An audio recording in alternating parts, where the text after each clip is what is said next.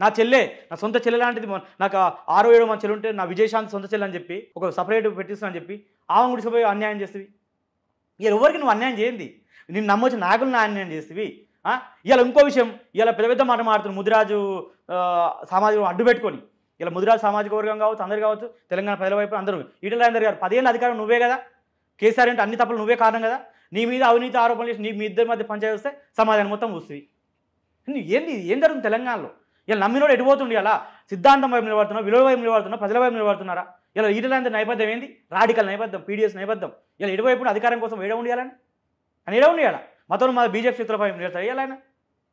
ఏందండి ఇది? తెలంగాణ సమాజంలో ఎంతో చైతన్యవంతం తెలంగాణ ఇది. తెలంగాణ మామూలు తెలంగాణ కాదు. 60 ఏళ్ళు కావచ్చు అన్న నైజాం సర్కార్ మీద కావచ్చు, ఆ తర్వాత తెలంగాణలో సామాజిక ఎక్కడ లేని చైతన్యం మీరు చూడండి.